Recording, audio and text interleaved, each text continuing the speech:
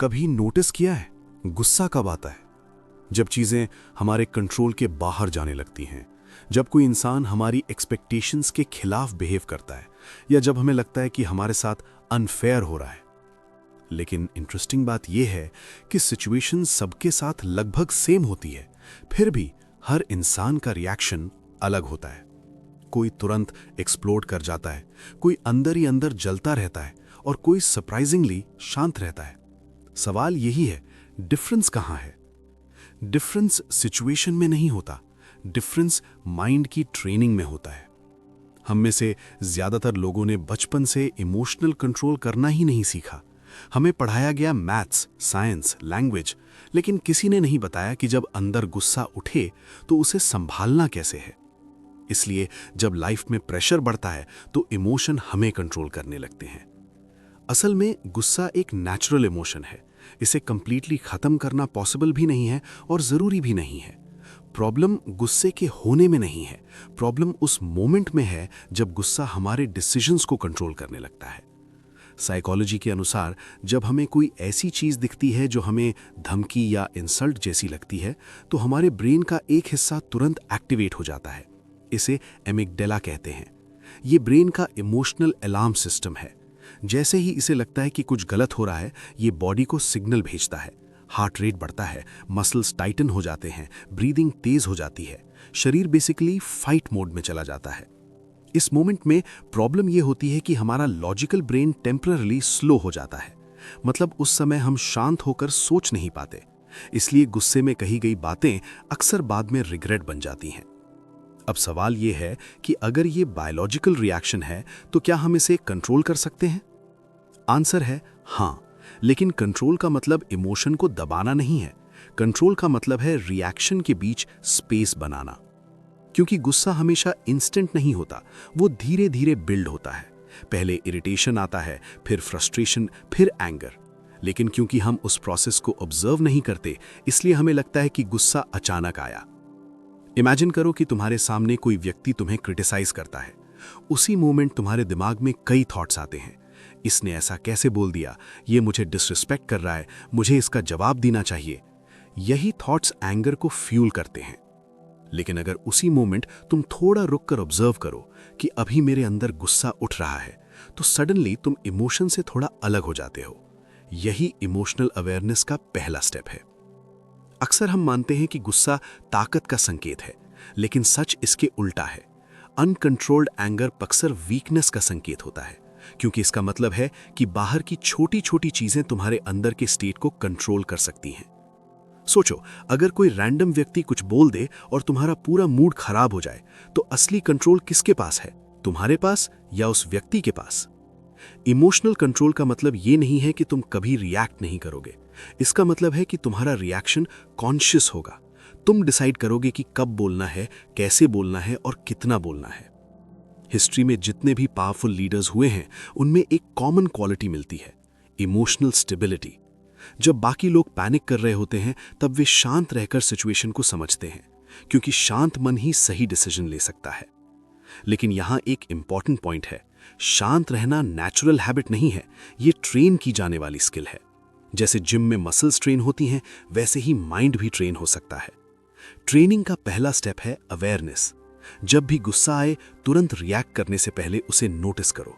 अपने आप से साइलेंटली कहो, अभी मेरे अंदर गुस्सा राइज हो रहा है।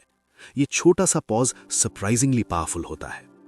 सेकंड स्टेप है ब्रीदिंग कंट्रोल। जब हम गुस्से में होते हैं तो ब्रीदिंग शैलो और फास्ट हो जाती है। अगर उसी मोमेंट तुम कॉन्शियसली डीप ब्रेथ लो और धीरे धीरे छोड़ो, तो नर्वस सिस्टम शांत होने लगता है।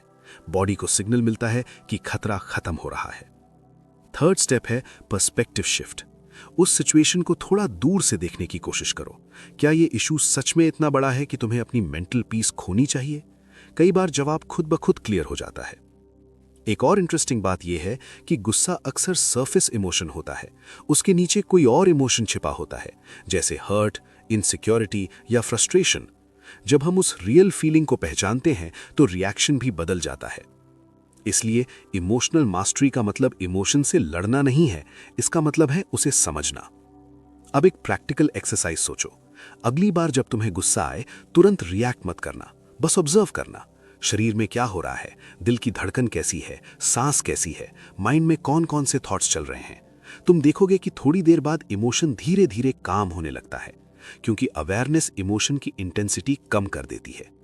गुस्सा प्रॉब्लम नहीं है, अनकॉन्शियस रिएक्शन प्रॉब्लम है।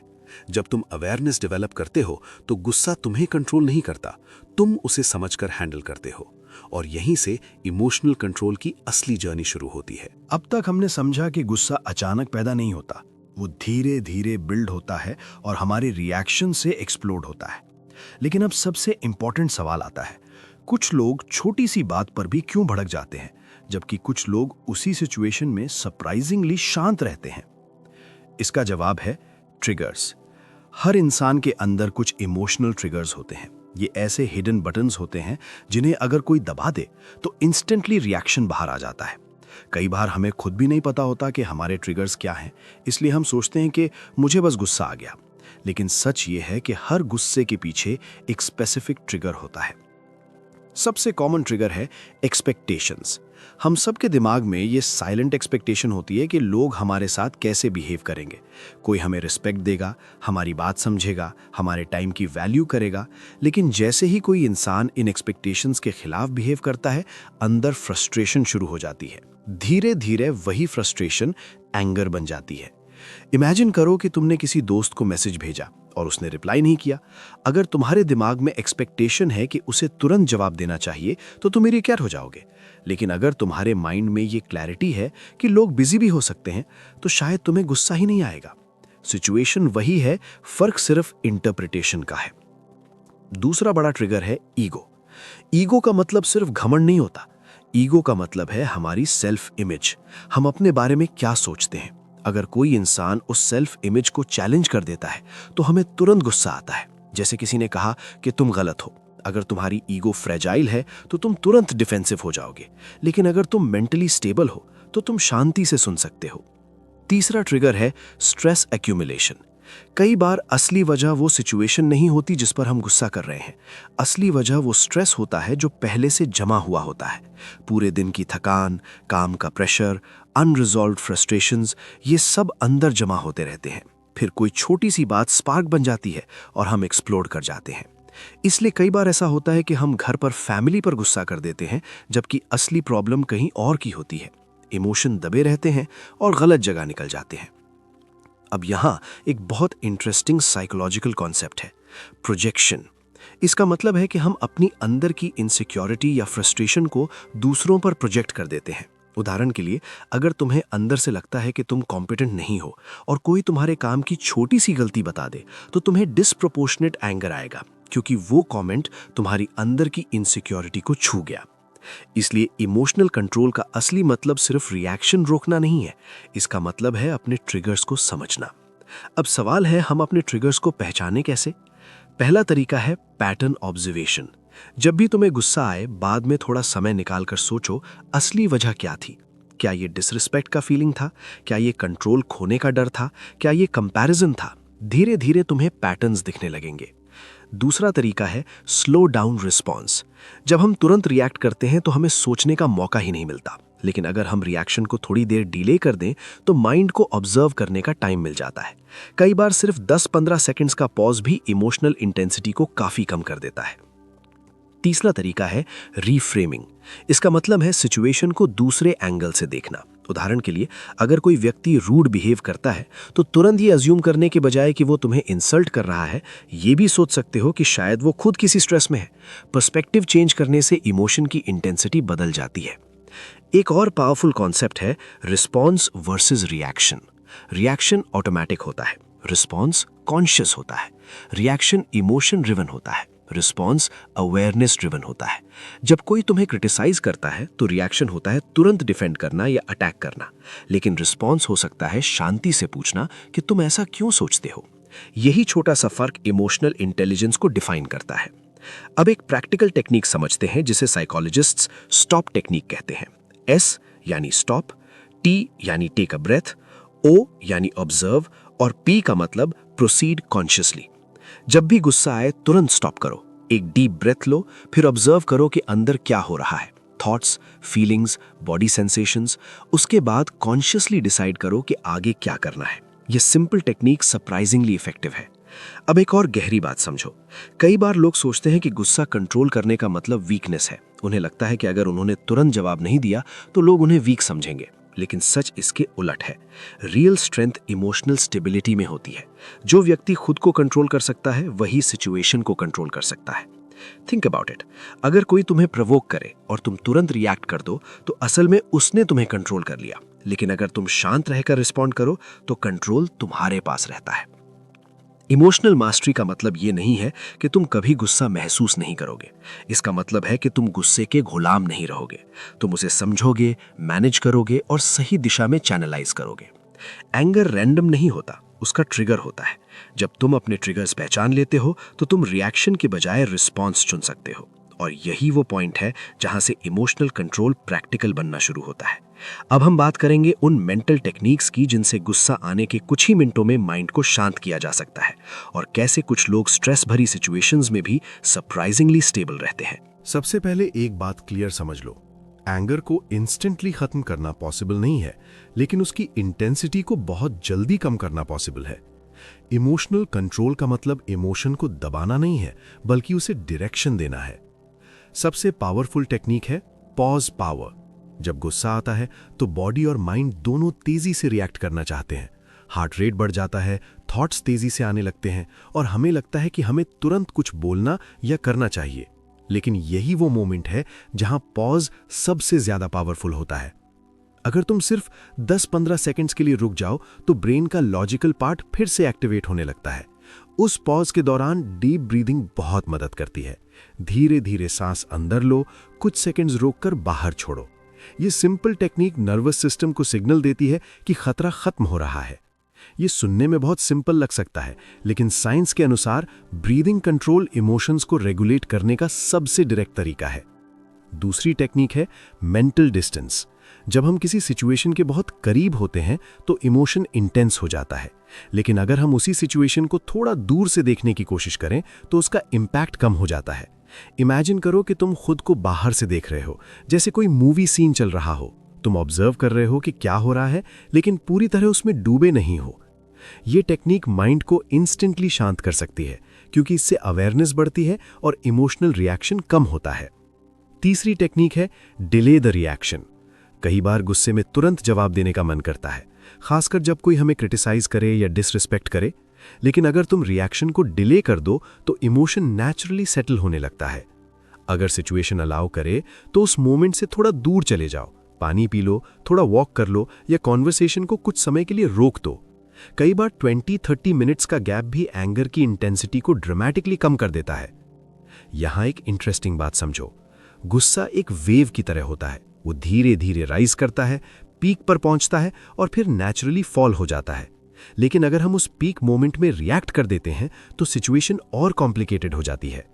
इसलिए इमोशनल मास्टरी का मतलब है उस वेव को ऑब्जर्व करना और उसे नेचुरली शांत होने देना।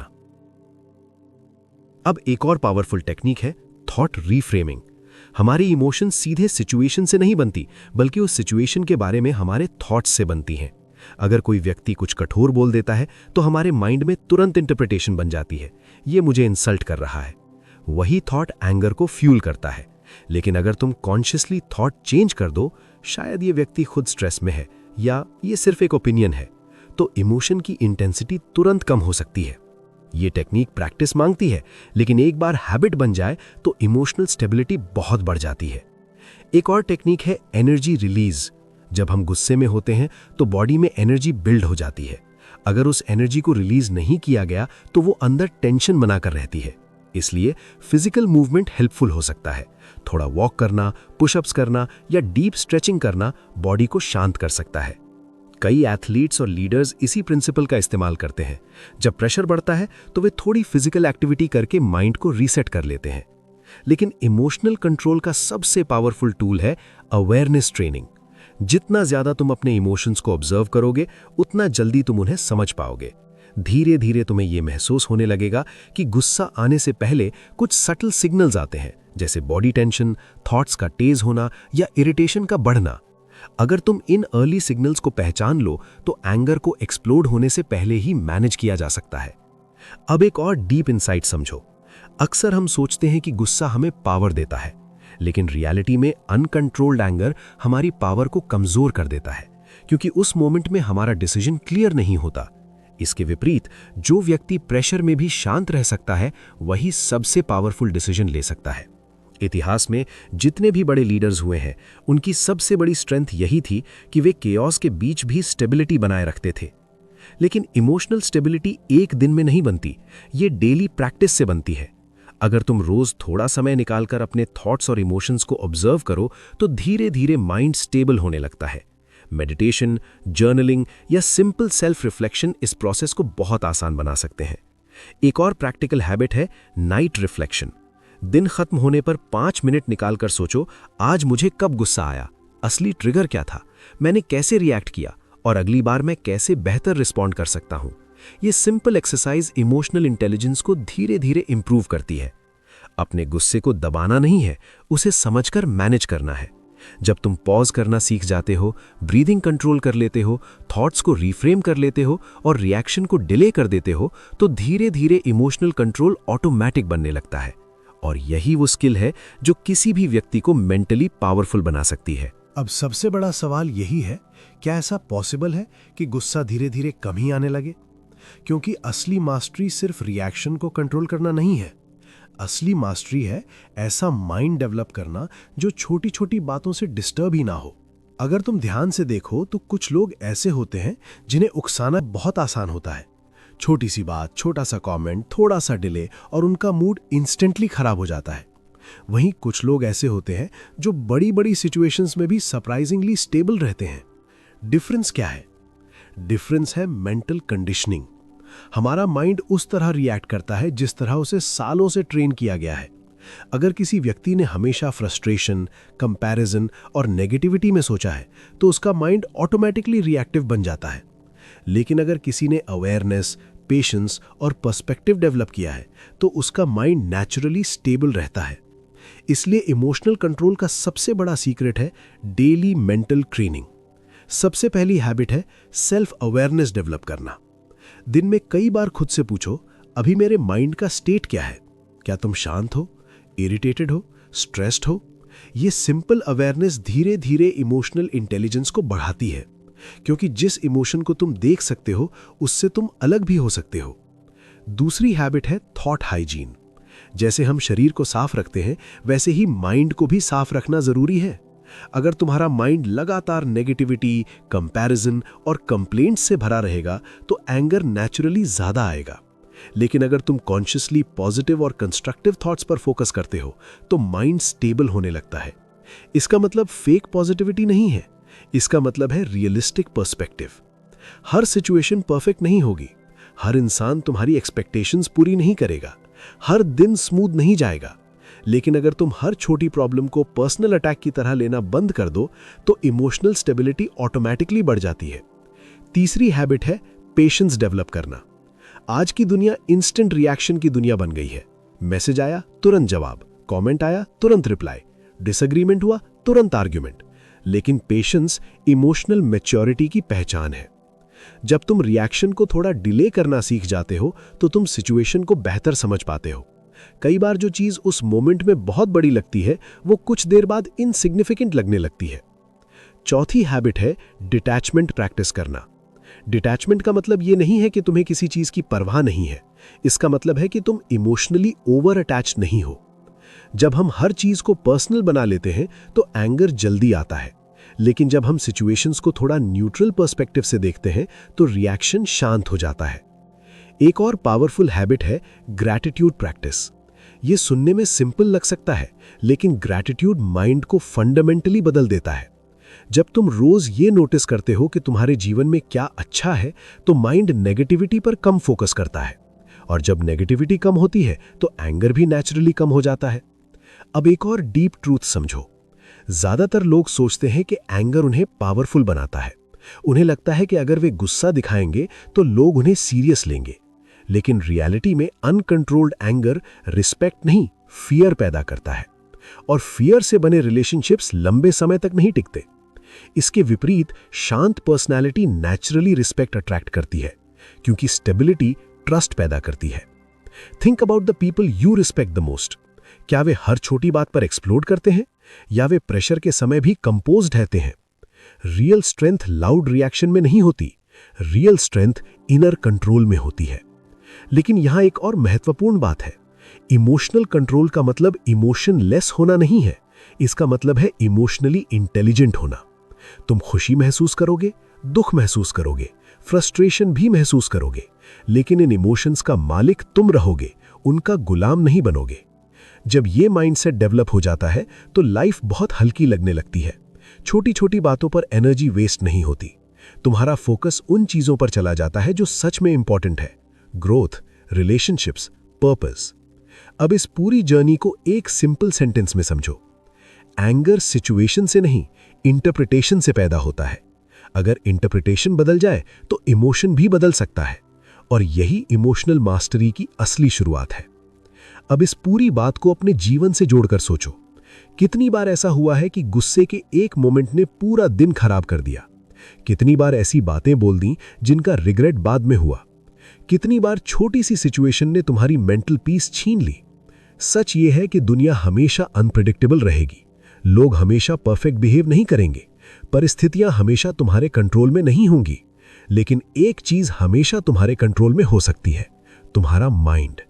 जब तुम इमोशनल कंट्रोल सीख लेते हो तो तुम सिर्फ गुस्से को नहीं जीतते, तुम अपनी पूरी लाइफ की डायरेक्शन बदल देते हो। क्योंकि जो व्यक्ति अपने माइंड को कंट्रोल कर सकता है, उसे बाहर की कोई भी सिचुएशन लंबे समय तक डिस्टर्ब नहीं कर सकती। इसलिए अगली बार जब गुस्सा आए, तुरंत रिएक्ट मत करना।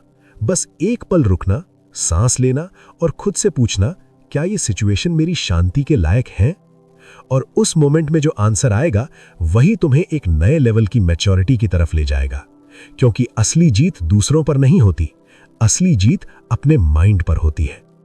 वीडियो की नॉलेज अच्छी लगी तो लाइक, शेयर करना और चैनल को सब्सक्राइब जरूर करना। सीखते रहिए, बढ़ते रहिए। धन्यवाद।